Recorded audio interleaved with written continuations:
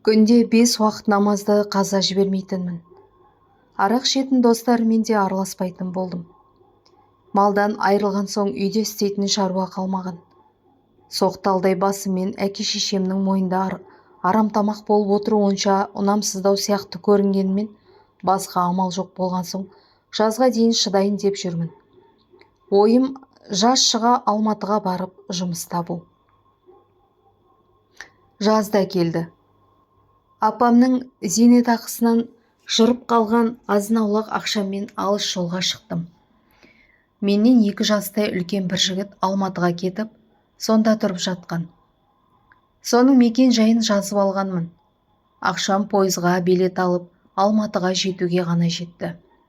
Сұрай Меккеге де барасын дегендей, сұрастыра жүріп, қала маңындағы ауылда біреудің времянкасын жалдап тұратын ауылдасымды да таптым ақыры. Алыстан келген мені құшақ жая қуанып қарсы алмаса да, жағдайымды білген ол ерінбеген адамға жұмыс табылады, саспа деп көңілімді демдеп қойды. Ертеңіне ол мені базарға апарып, қол арба беріп жүкші жігіттердің жанына қосты.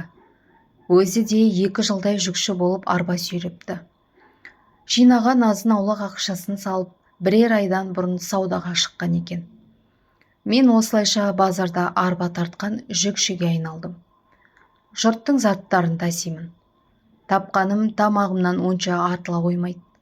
Әзірге ауылдасыммен бірге оның аядай времянкасында тұрып жатырмын. Әйтеуір жұмыс тауып аш қалмағаныма қуандым. Бірақ та күн ұзақ арба тартқан адамның намаз оқу уақыты да мүмкіндігі де болмайды екен.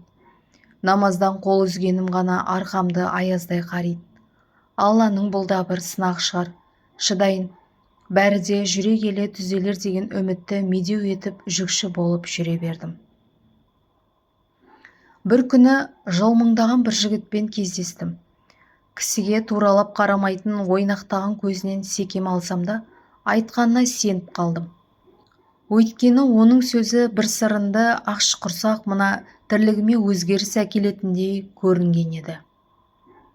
Қол-аяғың балғадай арба сүйреп тиын-тебен тапқаныңа мәз болмай, нағыз ақша тапқың келеме деп бастаған әлгі науқандық жұмыс барын күзге дейін істесем, қырып ақша табатынымды айтып, басымды шыр айналдырды. Ұққаным, шалғайда салынатын құрылысқа жұмысшы жинап жүр екен. Құрылысшы маман болу міндет емес, келіссең қазір менімен жүр, әйтпесе уақыт өткізбей басқа адам іздеймін деген әлгі менің ойланып толғануыма да мұрша қалдырған жоқ. Арба тартып жақсы ақша таба алмайтыныма көзім жеткен мен бейтаныс жігіттің айтқанына сенбеске амалым қалмады. Тек арбамды ауылдасыма беріп кетейін дедім. Тездет, мен базарға кіре берісте тұрамын, деген бейтаныс өз жөнімен кете барды. Содан арбамды ауылдасыма берерсің деп бір таныс жігітке тапсыра сала базарға кірер ауызға асықтым. Әлгі бейтаныстың жанында тағы бір жігіттің тұрғанын көрдім. Кеттік деген ол бірден бізді шағын автобусқа отырғызып ала жөнелді. Менің тұрып жатқан үйге барып киімдерімді алайын дегеніме де қарамады. Жұмыс киімін өздері береді. Заттарыңды келгесін бірақ аласың деп қысқа қайраған бейтаныс жарылқаушы сол арада екеуміздің төл құжатымызды алып алды. Айтуынша қожайынмен келісім шарт жасауға қажет екен. Қаладан шыққан машина түні бойы жүріп, ереңіне түс кезінде айдаладағы бір тоқал тамның жанына келіп тоқтады. Үйдің алдында шағын темір контейнер тұр. Аулада арпылдай үріп шыққан дәу төбеттен басқа тірі жан көрінбеді. Бізді бастап әкелген жылмақай жігіт үйге кіріп біраз бөгелді. Содан бір кезде онымен бірге еңгезердей қарасұр орта жастағы еркекпен аяғын сылтып басатын елудің еңсереген біреу шықты. Бізге ұзақ жолда бір ретте көз қырын салмаған шопыр машинада қалды да, екеуміз сыртқа шықтық. Осы арада күтпеген жағдай болды. Ассаламағалейкум деп қолын соза амандаспақ болған менімен бірге келген, сыртынан танитын базарда жүкші болып жүрген аласа бойлы сары жігіттің амандығын алудың орнына еңгезердей қарасұр оны тұмсықтан гүрс жұдырығымен бір-ақ соқсын. еңгезерде еркектің соққысы жіңішке сарыны қалпақтай түсірді. Мен аң-таң болып қарап тұрмын. Ешқашанда менімен бұлай қол беріп амандаспайтын бол, деді Қарасұр бізге түйіле қарап. Ұқтыңдар ма? Ол мұнысын тек таяқ жеген серігіме емес, маған да қарата айтқан еді. Соны естігенде неге, дедім таңырқап. Өйткені сендер құлсыңдар. Түсіндің бе? Құл емес. Бұл сөз аузымнан қалай шыққанын білмеймін. Ей, сен әлі түсінген жоқсың ба? Онда түсіндірейін, деген ол әй-шәй жоқ басқа көзге бірнеше рет жұдырықпен сүйкеп өтті. Төбелесіп үйренген бе, әлде бұрын спортпен айналысқан ба, пәлеме соққысы мұндай ауыр болар ма, қалпақтай түсірді. Орнымнан сүйретіліп әзер тұрдым. Таяқ жеген шикілі сары екеумізді да өң түс жоқ. Бізді әкелген жылмақай жігіт айызы қанғандай кекесін күлкімен бізге құлана қарайды. Айламды асырдым, енді не істесеңдер остеңдер дейтін сияқты. Жасы ғана емес, дәрежесі де үлкен болу керек. Ақсақ бізге қарап, сендерді мен қып-қызыл ақша беріп сатып алдым. Енді менің жұмысымды істейтін боласыңдар, ұқтыңдар ма? Деді. Сенбесеңдер мынадан сұраңдар. Ол бізді әкелген жылмақайдан көрсетті. Солай ма? Жалғас, деді содан кейін. Иә, Ореке, ол не дегеніңіз? Ақысын төледіңіз, келісімнің аты келісім. Бұлардың ендігі иесі өзіңізсіз. Естіңдер ме, дегендей Ореке аталған ақсақ бізге оқырая қарады. Еңгезерде Қарасұр болса, ендігі тағдырларың мына менің қолымда, дегендей бізге сұстана қарап. Тұратын жерлерің мына контейнер болады. Жұмыстарың мал бағу. Қашамын деп ойламаңдар. Бұл жердің қожайыны бізбіз. Және жақын маңда елді мекенде жоқ. Қашсаңдар ұстап алып әкелеріңді танытамын. Аямаймын, ұқтыңдар ма? Деп жеп жіберердей ежіре қадалған оның зәрлі көзіне қарауға батпай екеуміз жүзімізді тайдырып әкеттік. Міне, осылайша көп ақша табамын деп жүріп, құлдық қамытын қалай кигенімді білмей қалдым. Бізді әкелген шағын автобус сәлден кейін ең далаға сіңіп жоқ болды. Тоқал тамдар, Қарсұр мен ақсақтан басқа тағы бір 30-дардағы арық қара келіншек тұрады екен. Арпылдаған дәутөбетті қоспағанда басқа тірі жан жоқ.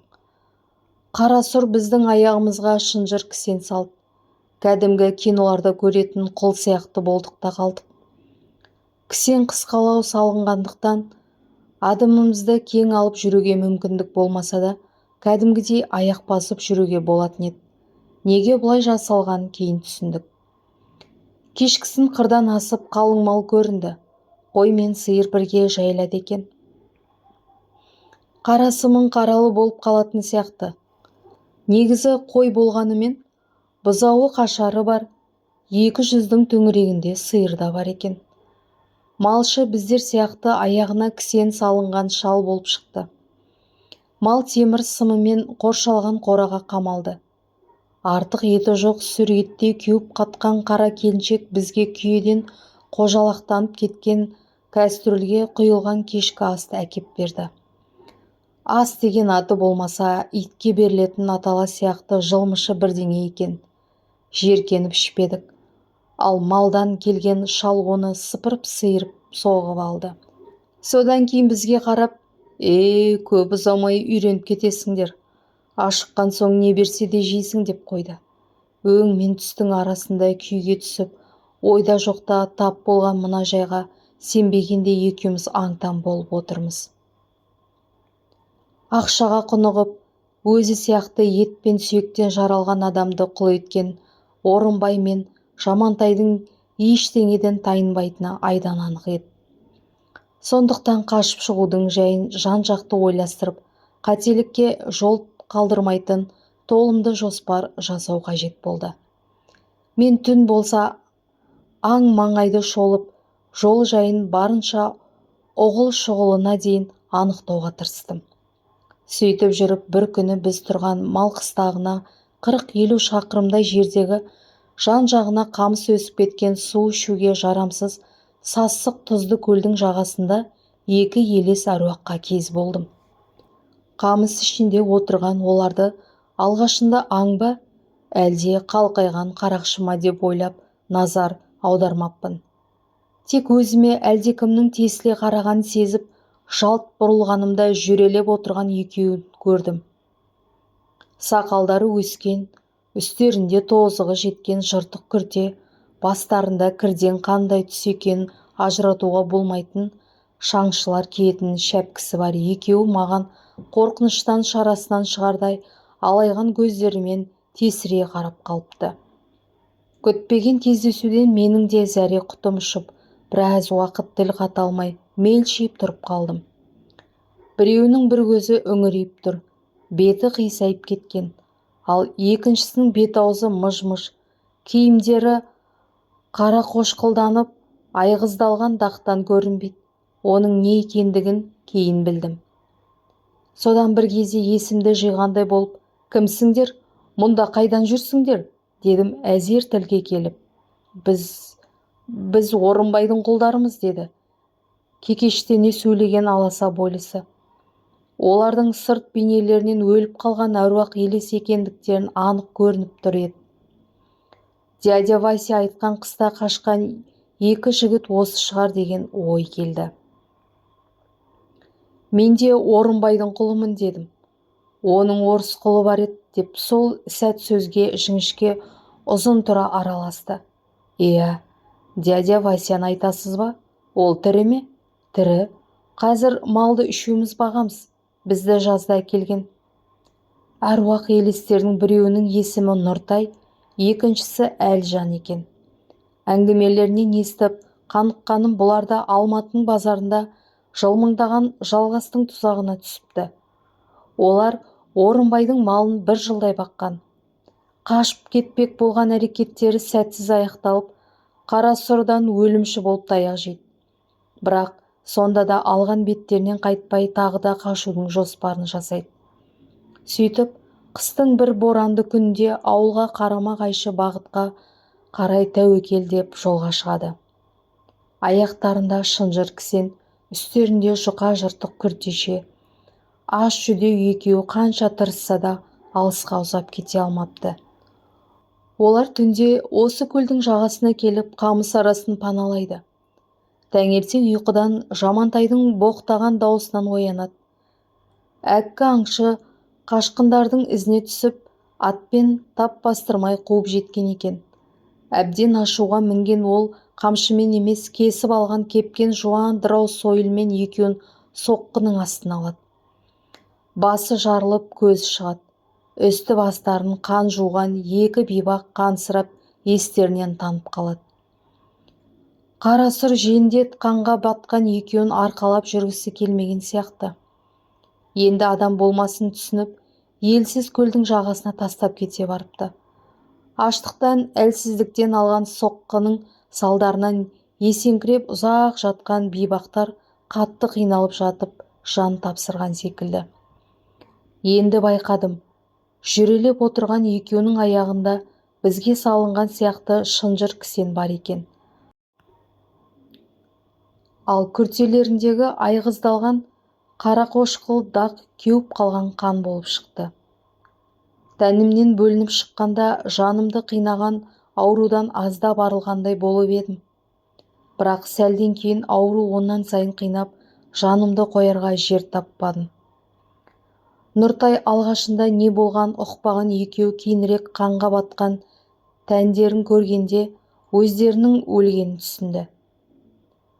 Өлер алдындағы жан қиналысып, қатты қорқыныш саналарына әбден терең сіңіп қалса керек. Қарасұр жазалаушы тағы да келіп, таяқтың астына алардай зәрелері ұшып, қамыс арасынан шығуға қорқады екен. Сүйектері сынып, біреуінің көзі шықса, екіншісінің бет-аузы түгел мылжаланған, аяқтарында шынжыр кісен салынған екеуі елес аруаққа айналса да, орындарынан қозғалмай күндіз-түні осылай отыратын көрінеді. Менің байқап түйгенім, өлген адам мұсылман ғұрпымен жерленбесе, сол тәні қалған жерден айналып шыға алмайтын сияқты. Белгісіз күш оны сол маңайында шығармай шырмап ұстап тұратын болса керек. асылып өлген Есберген де қасқырға жем болып сүйегі далада қалған. Қасқырбайда өздерінің мүрдесі жатқан жерден алыс ұзамай сол маңайда шыр айналып жүрген осыны аңғартады. Мен кездейсоқ танысқан екеуіне кейінгі болған жайларды түгел баяндап бердім. Өзімнің қашып кету ойымда бар екендігін айтқанда, ойбай, олай жасай көрме, қара сұр аямайды, оның қолына түскенше өліп қалған жақсы, деп зыр-зыр қақты екеуі. Жамантайдың қорлығы қатты өтсе керек, саналарына сіңген қорқыныш оларды мүлде сындырып тастаған секілді. Есің болса қашпа, ит қорлықта жүресің деп, әйтеуір тірі боласың дейді. Екеуі екі жақтан жарыса сөйлеп. Ақыл ойын қорқыныш алған екі міскіннің көз қарасын өзгерту мүмкін еместігін біліп, үнсіз қалдым. Осы оқиғадан кейін бір-екі рет олармен кездестім. Олар да Есберген сияқты кейде қатты жаурап, жылына алмай, кейде ыстықтап, салқындай алмай, шөлін басып, тамағын тойдыра алмай қатты азап шегеді екен. Оның үстіне өлер алдында алған тән жарақаттары да әлсін-әлсін қинап жандарын шығара ауыртатын көрінеді. Олар қазіргі ахуалдарына бой үйретіп алғаны сонша, тіпті басқа әлем, ел жұрт барында естен шығарған сияқты. Олар үшін бар өмір мына тұзды сасық көлмен шектелетін сыңайлы. Бұрын Құдайға сенбеген, намаз оқымаған, арақ ішіп, аздап қыз-келіншекпен қыдырып, күнәһар тірлік кешкен байғұстар өлгеннен кейін не боларын ұқпайтын секілді. Боқан шалдың өлімі туралы айтқан әңгімем де екеуіне онша әсер етпеді. Әлжан әлі үйленбеген бойдақ болса, Нұртайдың әйелі бір ұлы бар екен.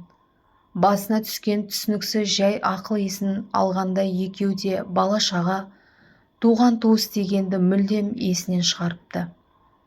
Олар үшін күнде, түнде, қыс, жаз дегеннің де еш айырмасы жоқ сияқты. Жаны мен тәнін қинаған аурудан, аштық пен суықтан әбден қалжыраған, ұйықтайда демала да алмайтын, тіпті түрегеп жүре алмайтын, ұдайы жүрелеп отырудан басқаға қауқарлары жетпейтін бейшаралардың тірлігін шынында да өте аянышты еді. Елес аруаққа ештеңе кедергі еместігін, тұрып жүрулеріне де тіпті ұшуларына да болатынын айтып түсіндіре алмадым.